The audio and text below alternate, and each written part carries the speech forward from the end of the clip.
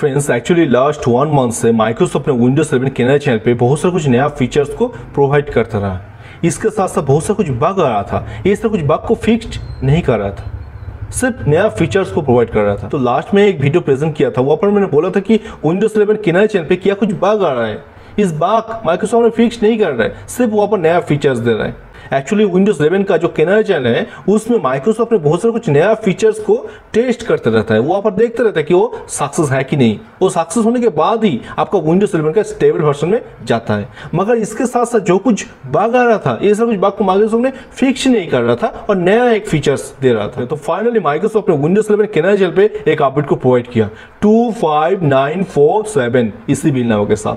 तो इसी बिल नामों के साथ माइक्रोसॉफ्ट ने विंडोज 11 कैनरी चैनल पे कोई नया फीचर्स प्रोवाइड नहीं किया, सिर्फ बग को फिक्स किया। तो देखो, मैं यहाँ पर मेरा डेस्कटॉप में दिखाने का कोशिश करता हूँ मैं यहाँ पर विंडोज 11 का कौन सा वर्जन को यूज़ कर रहा हूँ, और इसके साथ साथ जो लेटेस्ट अपडेट दिया माइक्रोसॉफ्ट ने, इसके साथ क्या कुछ फिक्सेस प्रोवाइड किया मैं यहाँ पर बोलने का कोशिश करता हूँ। चलो यहाँ पर सर्च में जाके पहले मैं यहाँ पर लिख देता हूँ, उसके साथ साथ आप यहाँ पर अच्छे से देख सकते हो कौन सा वर्जन चल रहा है विंडोज 11 का 23H2। देखो यहाँ पर, और बिल नंबर 25947 जो लेटेस्ट अपडेट माइक्रोसॉफ्ट ने विंडोज 11 के लिए प्रोवाइड किया, मैं यहाँ पर डाउनलोड और इंस्टॉल पूरी तरह से कर लिया। इसके साथ साथ क्या कुछ आ रहा है, तो फर्स्ट यहाँ पर मैं बोलने का कोशिश करता हूँ, इस अपडेट के बाद विंडोज 11 का बैकग्राउंड का जो पिक्चर है, इंटीग्रेटेड पिक्चर, वो पिक्चर को पूरी तरह से हटा के मुझे यहाँ पर विंडोज स्पॉटलाइट पूरी तरह से एक्टिव कर दिया। इसको मैं पूरी तरह से यहाँ पर रिमूव कर देता हूँ क्योंकि मुझे विंडोज स्पॉटलाइट नहीं चाहिए। देखो यहाँ पर, इसके लिए पर्सनलाइज सेक्शन में चले जाओ, उसके बाद यहाँ पर बैकग्राउंड में सेक्शन में चले जाओ, और बैकग्राउंड सेक्शन में देखो यहाँ पर आप यहाँ पर पिक्चर सेट कर सकते हो। देखो यहाँ पर पिक्चर को, देखो यहाँ पर पिक्चर के बाद मैं यहाँ पर इस पिक्चर को सेट कर दिया। देखो यहाँ पर पूरी तरह से ऑटोमेटिकली आ गया। विंडोज स्पॉटलाइट करके जो फीचर्स था मैं पूरी तरह से उसको डीएक्टिव कर दिया।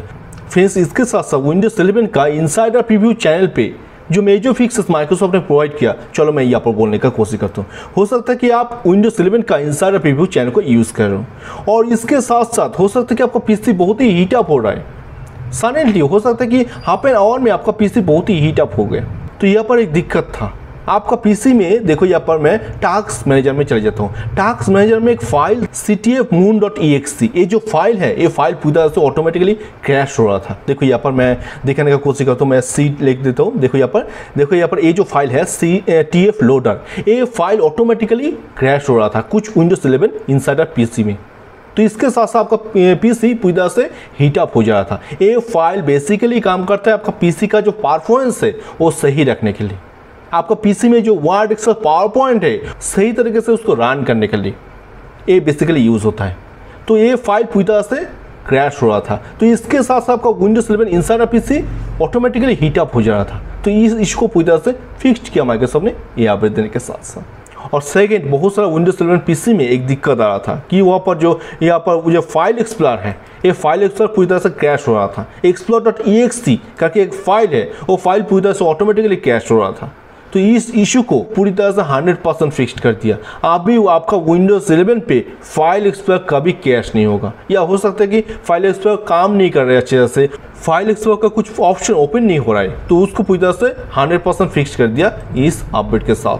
और नेक्स्ट, हो सकता है कि आपको विंडोज 11 का जो टास्क मैनेजर है, मैं यहाँ पर ओपन कर लेता हूँ टास्क मैनेजर। इस टास्क मैनेजर से अगर आप कुछ काम करते हो, देखो यहाँ पर मैं प्रोसेस, यहाँ पर परफॉर्मेंस सेक्शन में कुछ काम करता हूँ, यहाँ पर सीपीयू को देखता हूँ, यहाँ पर मेमोरी को, यहाँ पर जाता हूँ, यहाँ पर डिस्क, इस तरह कुछ में मैं यहाँ पर एक एक जगह से एक एक जगह ट्रांसफ़र कर रहा हूँ।